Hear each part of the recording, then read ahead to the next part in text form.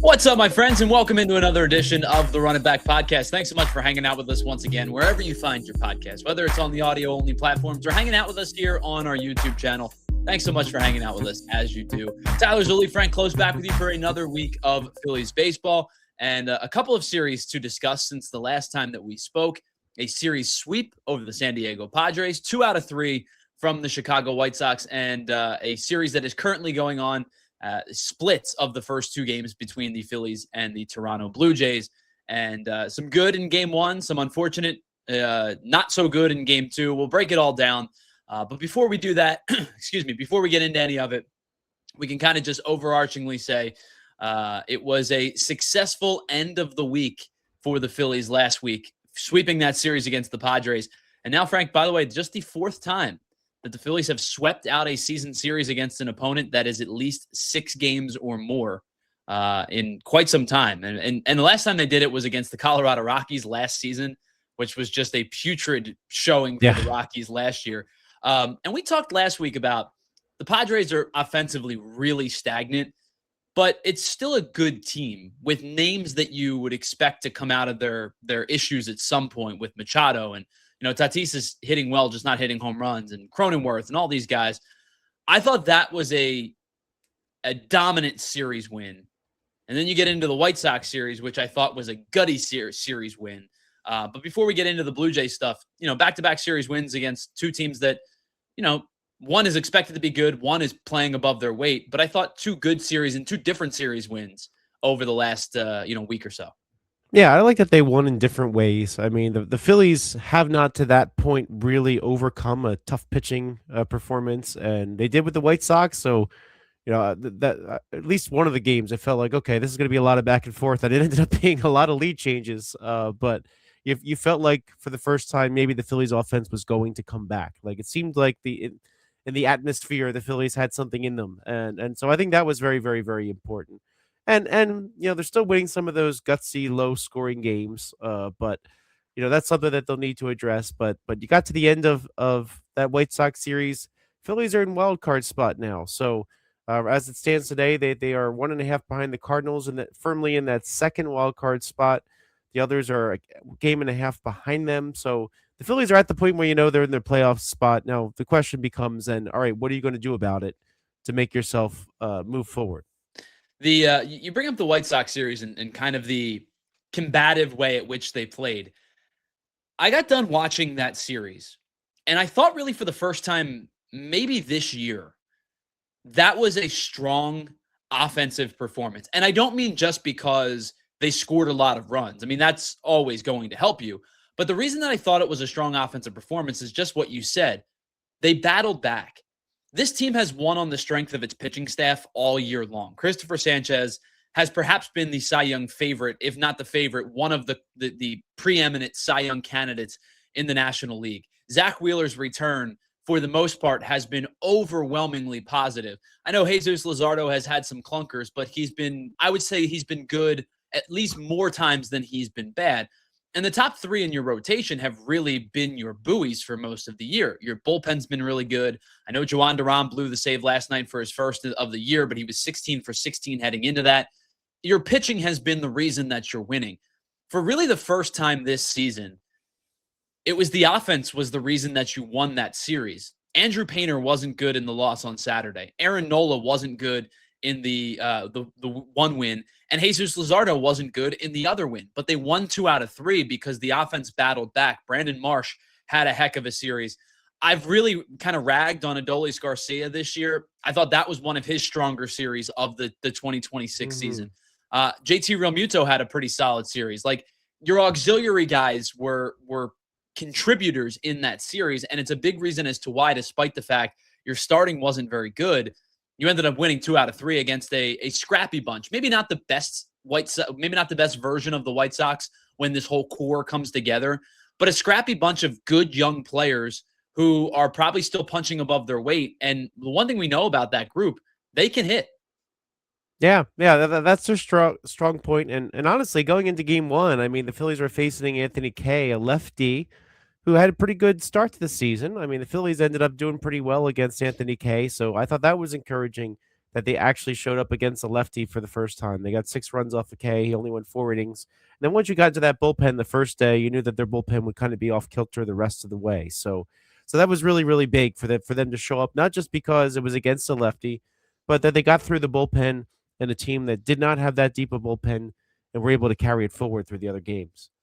So then you get into the Toronto Blue Jays series, which is going on right now. And listen, they got carved up by Dylan Cease. A lot of teams get carved up by Dylan Cease. My pick for the Cy Young this year before Yes. before the season began. Yes. And I believe ended up breaking the 2026 record for most swings and misses generated in a single start. Obviously not a stat that you want to be a part of. The other portion of it was, I don't know what it is about Simeon Woods Richardson, because he's not very good, but he just kills the Phillies, man. Yeah, but I was actually kind of surprised that he was like a DFA trade kind of person. If you're not really paying attention to how he was performing, he was having a tough time up in Minnesota this year and gets DFA traded to the White Sox. And when I saw the White Sox traded for him, I was like, oh, that seems off, because every time I see him pitch, he's very, very good. Well, it's funny. As soon as I saw him warming up in the bullpen in Game 1, I went, oh man, I remember that Twins series a few years ago where everything they were just beaten into the ground. It was just like weak ground ball after weak ground ball. And I think he got them like 7 shutout innings. And then he tossed another, 4 out of the bullpen on Monday night. He was really good. They won that game, but he was really good in relief of their starter. And, but I think overall, you have a chance to win the series today against the Blue Jays. You won 2 out of 3 against the White Sox. You swept out San Diego. Of course, our questions are going to be what they've been all year, is how is this lineup constructed in a way to succeed in the postseason? And, can they sustainably win games 3-2, 2-1, 3-1 throughout the course of the year? But at least the encouraging part to me was they've won in a couple of different ways over the last, 6 or 7 games, as opposed to our pitching's really good. We might not score runs, but if we get 3, we're probably going to win the game. Yeah. You want to see, and by the way, there were signs that Adolis Garcia was putting it together. He did have some nice swings that ended up being outs leading up to his little recent surge. But my one worry is they'll get a little too comfortable with better play from the Bohms and the Stotts and the Garcias, because I think they need still some help here. I mean, we still have 2 roster spots that aren't giving them a whole lot. I think you need some other bats in those places that at the very least give them more options in case they falter again. I think the unfortunate part is when you mention Stott and that group, right? I think about Stott and I go, productivity from Stott offensively is kind of a bonus because your lefties are playing well. Harper swinging the bat well. Schwarber swinging the bat well. Marsh is swinging the bat well.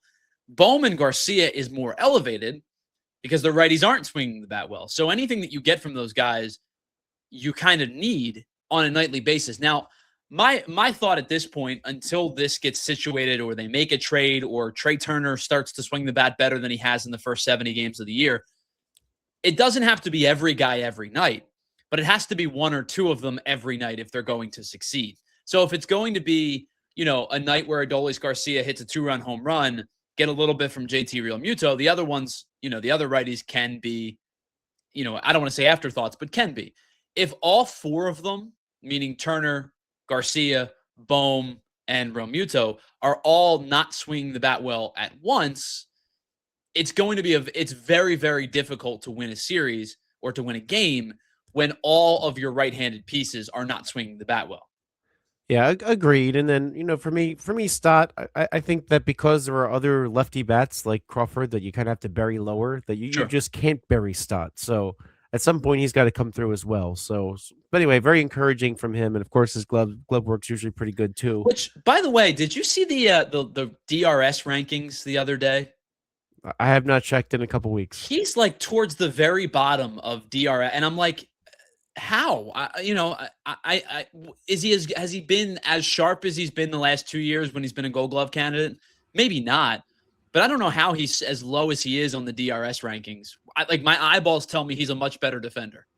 Yeah, that's very, very, very puzzling to me too. Here, I'll pull it up right now because he was a frequent runner up for the Gold Glove at second base. He made a play the other night, and I don't remember what the situation was, but he made a play the other night, ranged to his left, made the slide, popped up, and threw it quickly to Harper because the runner was moving pretty well, and was kind of exactly the defensive play that I expect from Bryson Stott.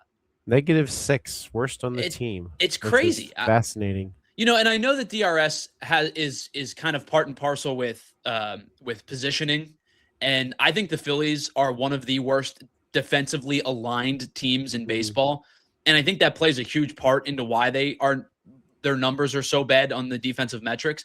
Like in terms of shifting and shading and things like that, they just simply don't do it. And when they do it, like you see last night, the Phillies were shaded, right? Trey Turner shaded a little bit because of the runner on first. They execute the hit and run. Bryson Stott has to go cover the bag. Perfectly executed hit and run into the vacated spot where Bryson Stott would be. That negatively impacts your DRS, even though like Stott's got to go cover the bag. There's no chance of that play being, executed, because if he's standing there with nobody on, that's a routine ground ball. But because he has to go range to second and then try to range back, he doesn't make the play. That run ends up scoring as the tying run. The Blue Jays win the game. But it's why I think the metric, like, me, I'm a big metrics guy. I love the analytical side of things. But there's certain metrics where I use it as a tool and not as my end all be all, because there's just no way that Bryson Stott is a -6 defender. Yeah, I agree with you there. Although it showed some, that same metric has shown some good signs. I mean, Marsh actually positive 1 in center field this year. That was a metric not kind to him in previous years when he played center field, and again with our own eyes, Marsh wasn't, but Marsh has picked it up, and he's actually, I guess he would be third on the team with 3 total DRS, but one of them came in center field, and he's behind the 2 catchers, which have 4 each, Marchand and Real Muto, both 4 each, which is. And it's, this is a stupid question because the answer is clearly yes, the way that he's playing offensively, but I'm almost tailoring it more to the defensive side of things. This to me feels like it's the most complete Brandon Marsh season that we've seen. And again, no duh, he's leading the league in batting average and he's hitting .330. But I think when you tailor it to the defense, which as you just brought up, I think his defense has been much better in center field. I don't think he's a Gold Glove candidate. I don't think he's that rangy center fielder that you just plug and play and trust him every single ball. But I think in the times that he has played center field this year, his defense has been better. Yeah, I'm very happy to see that too. A lot of players, when things are going well at the plate, they bring it onto the field. They feel more confident, and sure, that's something that the metrics can't measure is confidence. But I definitely see it from him this year. So. Let's kind of shift our attention a little bit to that lineup that we seem to have a conversation about every single week. And we talked about the auxiliary guys and how it's a little bit easier to be a left-handed auxiliary piece these days than it is to be a right-handed auxiliary piece. But there's been conversations about, how to situate this lineup. They've flip-flopped Schwarber and Turner, about 2 weeks ago now. Turner is still struggling. The offense just really isn't there. And the productivity, I think, stems from he seems to me like his plate approach has taken a step back from what it was a season ago. A lot of swing and miss, a lot of, over the top of things type of stuff from Trey Turner.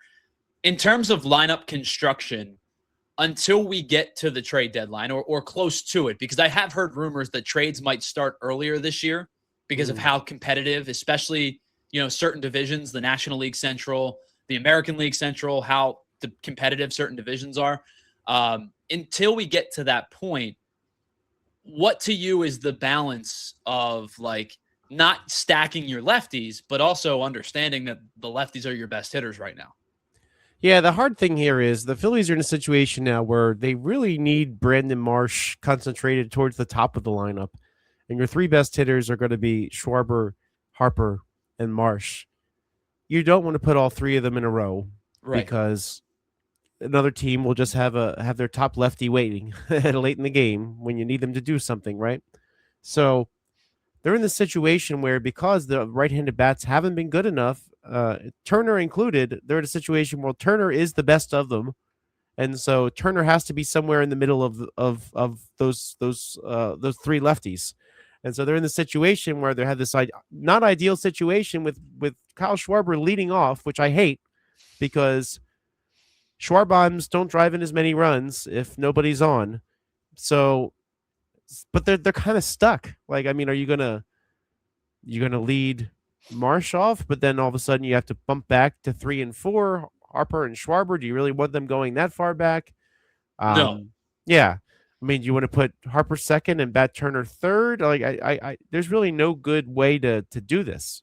I think the the sentiment that I've kind of generated over the years, because I wasn't as negative about I actually, there was a point where I was for Schwarber leading off because the results told me that the Phillies win games when Kyle Schwarber was leading off. Now, maybe that's a product more of pitching's been great. Offense was much better, consistently a few years ago when Schwarber was consistently leading off. I also, too, I follow almost the Ryan Spader approach to it, who has been the beat the drum for Bryce Harper leading off for this team for years. But I agree with him in the sentiment that, you look around baseball now, a lot of the best teams and a lot of the best hitters aren't hitting their best hitters third like we've traditionally seen in baseball. Some of them are leading off. A lot of them are hitting second. But, Vladimir Guerrero led off last night. Right. Vlad Guerrero led off for the second time in his career last night. But I think that has to be balanced. If you're going to do that, it has to be balanced. Like we saw last night, Vladimir Guerrero led off. Who hit third? Ernie Clement, who's hitting 303 heading into the year. You have to have somebody who's able to balance that. Now, it's kind of like, again, I'm going to reference Ryan Spader's thoughts here because I think he's right in this sentiment. It's not a line, it's a circle or an oval, right? It circles back to the top. So you want that productivity probably more in the 1 and 2 spot, not just because of the leadoff I understand the first inning. You're trying, like the Phillies do a pretty good job of scoring runs in the first inning, over the last several years. But I also understand that like in the 5th inning, in the 8th inning, if you turn the lineup over and there's a chance to have Kyle Schwarber or Bryce Harper hitting or Trey Turner hitting, well, the choice is obvious as to who you want at the plate. Yeah, very, very true. But I just think that if they had a better right-handed option at the moment, I mean, last year worked out great. Turner led off. Schwarber drove in 132 runs, and of course Turner won a batting title, got on base at like a 355 clip. Those two things worked out very nicely. Yeah. But they're not getting that this year. So I think ideally Turner turns it back on and they go back to the way it was. But that's a big ask right now. So I'm going to ask you a 3-part question here. I'm curious your thoughts. The likeliest scenario for the foreseeable future: Trey Turner turns it back on. Adolis Garcia figures something out and gets his average to like 220 and starts to drive with some more consistent pop, or until they figure out the right-handed situation, I guess the most consistent play being Alec Boehm hitting 4th.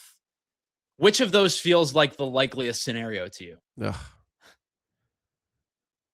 I think they're over Boehm hitting 4th. I mean, even if he has a good couple weeks, I don't think they want to do it. Sure. Because he's never really performed at that level. And I don't know, Garcia seems so streaky. I say seems. I didn't get to watch him that closely in Texas, but I mean, it seems like he's got some low lows and he's got some high highs. So, I mean, they might just have to try to ride his bat when it's good. But again, I don't like that going into a playoff. I think we always talk about whiff rates and chase rates, and it's something that there's like an XY axis of, whiff rates and chase rates. Like you can live with high whiff or high chase or high whiff and high strikeout if your guy is driving in runs. Like Kyle Schwarber still swings and misses at a very, very high clip. It doesn't bother us because he drove in 130 plus runs last year and he's got 24 home runs already this season. Because he's a consistent 40 home run hitter, we don't care about the swing and miss stuff. I go back to like the Adam Dunns of the world and the Chris Davis of the world and the Mark Reynolds of the world back in, the last couple decades. When those guys were valuable, they were hitting 45 home runs. The minute that they started hitting 30 home runs, Nobody wanted them to play for them anymore because their strikeout rates were too high. Yeah, 200 I, strikeouts doesn't work. I look at Adolis Garcia. He's in the 6th percentile of whiff rate. He's in the 3rd percentile of strikeout rate. His strikeout rate this year is 32.5%. His whiff rate is almost 35%. If he were at 18 home runs, I shouldn't even say 18 because maybe that's a little high. If he was at 15 home runs right now instead of the 7, we could overlook that because we go, oh, he's on pace for 25, 27 home runs. That's $10 million. You can't ask for anything more. He's got 7. He's hitting 196. All of those things play into one of these things need to improve if you want him to be the consistent 4-hole hitter. Yeah, I mean, although I think a lot of those whiffs were concentrated into the 10-game stretch. You know what I mean? So that's Which one is thing about looking probably at. true.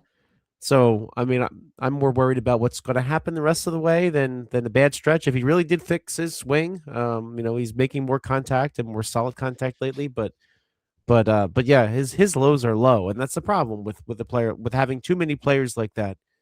Is the whole lineup could just fall flat all at once because if 3 or 4 of them, as you said, those guys in the back end are stepping up and producing.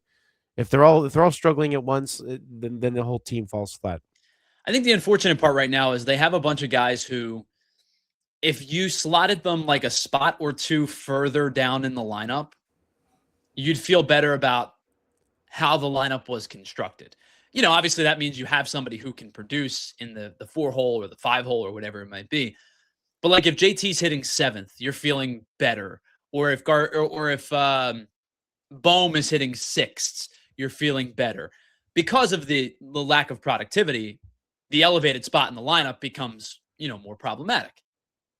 Yeah, and that's the thing. If the Phillies can add that one bat and slide everybody down, I mean, it seems like that bat probably would have to come in the outfield and probably displaces Justin Crawford, who is your 9-hitter. And so if you do that, everybody slides back. Maybe life is a little bit better for that offense. Yeah, and you and I have talked about a lot. Like, we are in camp. You just got to let Justin Crawford get some at bats. And I know they've started to steadily decrease his, especially against lefties. He's not hitting because he's not producing. And I understand that, you're trying to win games. If you were to acquire especially a power bat who can play left field, I think at this point, the play would be that guy in left, Marsh in center, and Garcia in right. Yeah, that seems where this is going. Again, easier said than done. Who is that bat? I don't really know. It seems like they might be able to just paint around the edges by getting platoon type players that profile well against lefties. I mean, I partially just because that's kind of what's out there. So screw defense. Go get Yordan Alvarez. It's all solid. Who is not being moved according to the Astros. They're swearing up and down he's not going anywhere. Nor is Pena. And I know that they're struggling, but like, it would have to be a haul to move a guy like Yordan. Like, he legitimately might win the Triple Crown this year. Yeah, they'll try again next year with him. They won't. Right. They will not trade Alvarez. But yeah, you're talking about the Christian Walkers of the world and bumping. Say then you get into the whole bumping Harper to the outfield, right? Which I'm not totally comfortable with, or making Schwarber play in the outfield. Don't love that. Well, you bring up we were talking, kind of jokingly talking about the Astros, and I agree with you. I do think Christian Walker probably is a candidate to get moved. One name I've seen a lot, it's more from fans than it is from any, reputable sources. And people are like, oh, well, you can go get Isaac Paredes. And I'm a huge Isaac Paredes fan. Have you seen his home run, heat map? No, I have not. That man is born to play in Houston and just to hit home runs into the Crawford boxes. He has never hit an opposite field home run in his life. Everything he hits is pulled and down the line. That guy is the perfect candidate to play in Houston forever. And the power is undeniable. But I just think the Astros acquired him, was it 2 years ago? I think it was the deadline 2 years ago.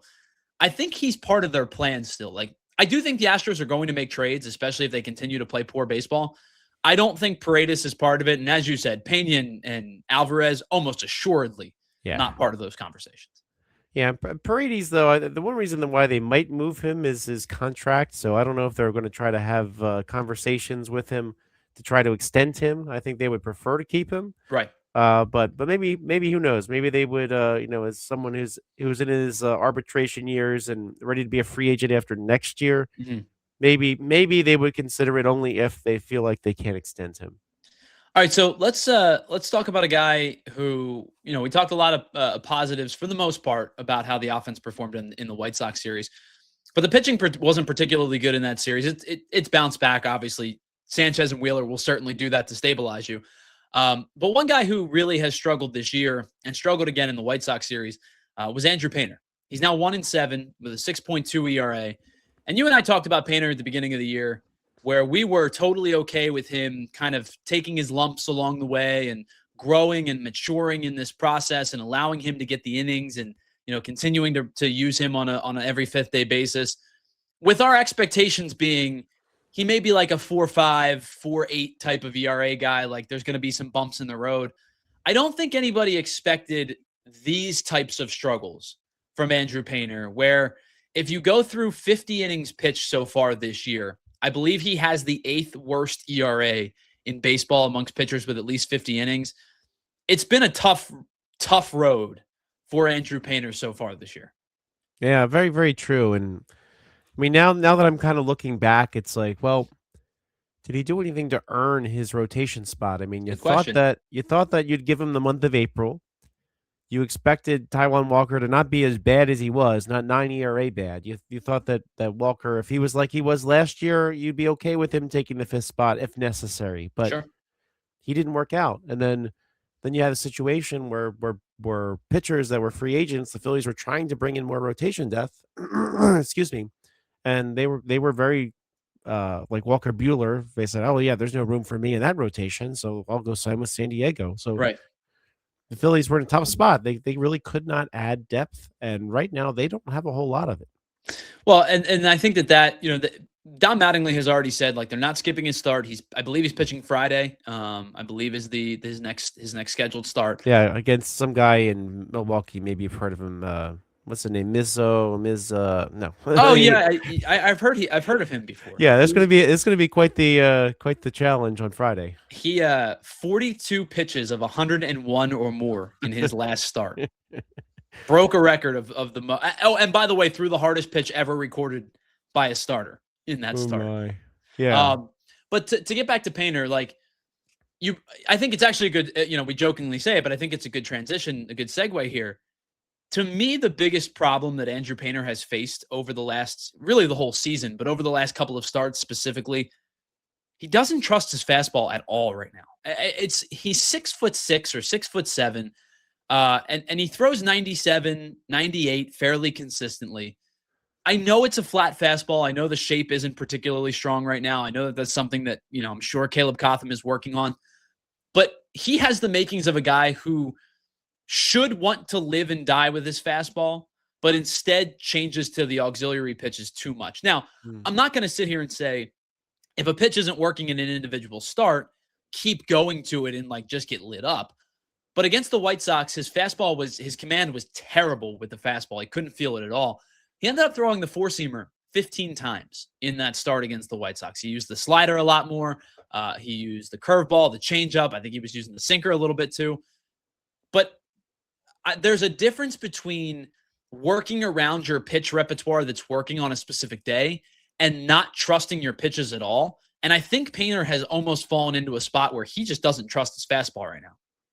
Yeah, and that's confidence that makes a big difference. I'd love to really pay attention now that you bring it up on Friday. Is he shaking off Real Muto? Is Real Muto afraid to go to it? I'm really curious in seeing the bigger picture. I might have to look a little closer this time to see what their approach is. Yeah, so I'm right in this moment. Excuse me if you see me trying to scroll here. I'm trying to get the player breakdown from his start against the White Sox here. 22 splitters, 21 sliders, 16 sweepers, 12 sinkers, 7 curveballs. He used the four-seam fastball 15 times of his 93 pitches. But not only that, the other concerning part is he used it 4 times to start an at-bat. He only got 1 first pitch strike. He only was in the zone with the fastball 20% of the time. The command was just awful. He didn't. He generated 8% chase, so it's not even like he was using it as a a shutdown pitch, right? As a put away pitch. He just wasn't feeling it at all. And in total, he was in the zone, or he ended up throwing 27% strike with that pitch of the 15 pitches. Like it's not a matter of his stuff. I mean, it is a little bit a matter of the shape of the fastball. I'm not going to pretend like it's not, but it does just seem like it's in his head. He doesn't feel comfortable with the pitch, whatever, if it's a grip thing, if it's a landing spot, if it's an extension thing, whatever it might be, he does not feel comfortable with that fastball at all right now. So that said, then what do you do? I mean, is he just supposed to pitch through it? I mean, if he's got a confidence problem, do you really want him starting against Mizorowski in the major leagues and feeling extra pressure, or is he due for a couple starts at Lehigh Valley just to get that worked out? Yeah, I think the problem is, as you brought up, earlier, is like they don't have any depth, right? If they had a Walker Buehler available, that type of pitcher, I wouldn't be surprised if they said, "Hey, we're going to skip your next start. We're going to give you a chance to kind of refresh and kind of shake some of the concerns out." But they don't. The only answer is Alan Ronhell, who has pitched well in AAA, but I don't think he's a long-term solution. Bryce Wilson was brought in here at the beginning of the season to be that kind of depth. He was so bad that he got released and re-signed to a minor league deal, so he's no longer a 40-man option. His ERA in Lehigh Valley was, what was it, like an 8-something at one point? Yeah, he was not doing well. They don't really have any. They don't really have any answers right now. If you did want to, skip his start or a phantom IL or even I don't think they would send him down. I don't think they want to do that. But I guess in a perfect world, maybe you would. They just don't really have any options right now. I think at this moment, him being such a highly touted prospect, him being kind of really the only true choice, I think they're just going to go ahead and continue to push ahead and hope that we see better days in the next couple of weeks, because his numbers have not been good. And in a perfect world, you probably do skip a start. I will say Mattingly did seem to express the confidence, but he did also say you don't get endless chances. Sure. So I mean that they didn't close off the possibility that they could make a move. But I mean I don't know. I think Alan Ronhell, he's like 3-4 with an ERA in the high threes. I mean he's not lighting the world on fire down there, but given that the starting rotation gives you a lot of innings, otherwise, you could probably deal with a start where Ron Hell gives you 4 or 5, and Chase Sugar and Tim Mesa give you a couple. You know what I mean? So they could eke by a couple Ron Hell starts if it's just on the short term. But I think they absolutely need to find some depth here, and I don't know where they're going to get it, because I'm sure every major league team would love that depth, but it's very expensive. But they got to bring in somebody from the outside. Well, and so that kind of goes into the next question I was going to ask you was, we've talked a lot about the strength of this team being the pitching, and for the most part, it is true. And I don't think they're going to have to make any big bullpen type of moves. Now, they might go get a bullpen arm, because good teams always get bullpen arms at the deadline, but it's probably a 6th inning guy, a 7th inning guy type of move if they do. Is it becoming a growing possibility that they do make a trade for a starter down the stretch, which is not something that we expected them to do at the beginning of the season? I think they have to. I mean, think back to last year, right? So Zach Wheeler's injury was kind of a shock, and it happened after the deadline. Right. And at that point, the Phillies spent a good and it was fine for the playoffs. They still won 96 games. You knew they were going to win a lot of games. You knew they were going to the playoffs.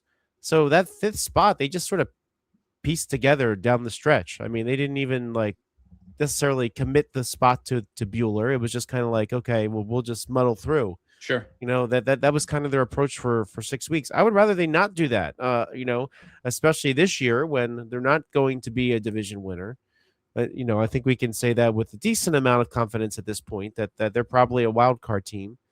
So they can't really afford to just take every 5th day off if something happens to someone. I mean, look, someone could get a blister on their finger, and then now you're down another starter. So they need something. And considering that the trade deadline is going to be, I think it's August 2nd this year, or third, whatever that Monday is. Yeah, a couple extra days. Yeah, but beyond that, you can't add unless it's a waiver claim. So I think they need to have some extra reinforcements in that area as well. Yeah, and I was looking at some of the veteran guys whose names are easily findable as free agents. And you're talking about like Alex Cobb, who had hip surgery at the end of the year last year and wasn't particularly good before that. You're talking about 36-year-old Tyler Anderson, right? It's like, if you're looking for somebody with major league experience that's truly a major league free agent, the barrel's pretty thin. Like, there's not a lot of depth available, so do you go out and get somebody who has been a major league starter in the past but is pitching in the minor leagues, somebody that signed a minor league deal, that maybe has an opt-out? I would assume most opt-outs at this point are pretty much over. Yeah. But maybe a late summer opt-out. Are you making a minor league for minor league swap and hoping that a change of scenery helps out somebody? It's not even, to me, necessarily about Painter, even though Painter has been struggling, as has Aaron Nola over the season.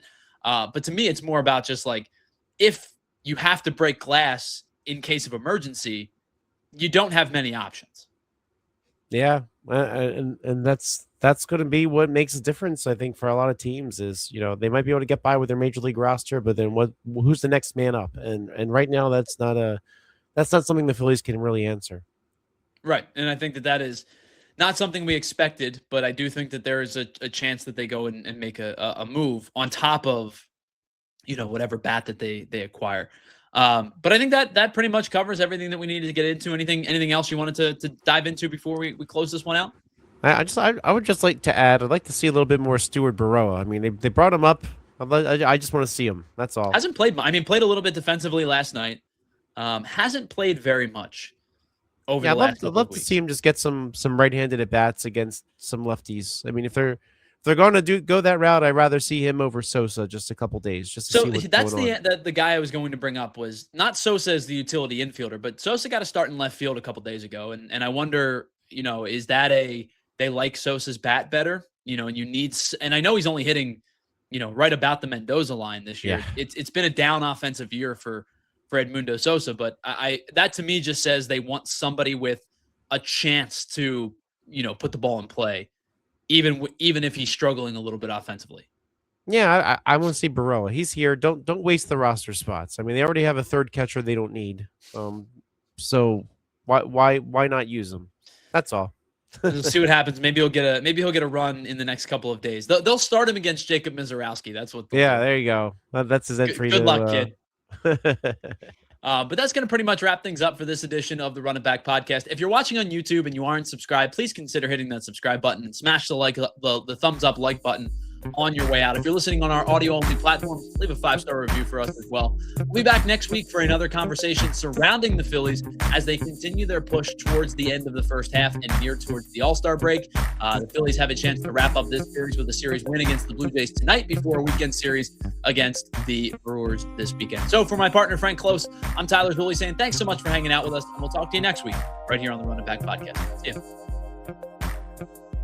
ya.